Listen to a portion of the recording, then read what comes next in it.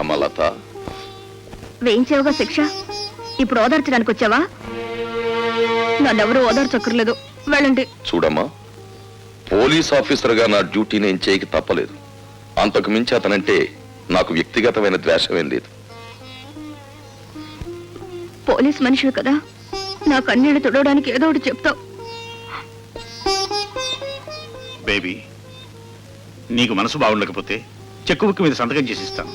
నీ ఇష్టం వచ్చిన చోటుకి వెళ్ళి విశ్రాంతి తీసుకోమ్మా. డాడీ, నేను లేకపోతే ఒక క్షణం కూడా ఉండాలని చెప్పే మీరు కూడా నన్ను పంపించాలని చూస్తున్నారా? అవునమ్మా, నేను ఎదురు చూసేది ఎప్పుడూ నవ్వుతూ ఉండే కూతురి కోసం. అంతేగాని నువ్వు ఒక్క క్షణం కన్నీరు పెట్టుకున్నా నేను ఓర్చుకోలేనమ్మా. అయినా అతనికి శిక్ష పడిపోయిన తర్వాత మనం ఇప్పుడు ఏమీ చేయలేం కదా. భార్గవ్కి 3 నెలలు శిక్ష పడినందుకు కాదు నేను బాధపడేది. రేపు అతను విడుదలై వస్తే అందరూ అతను ఒక ఖైదీలా చూస్తారు, అవినీతి పరుడని ఎగతాళి చేస్తారు.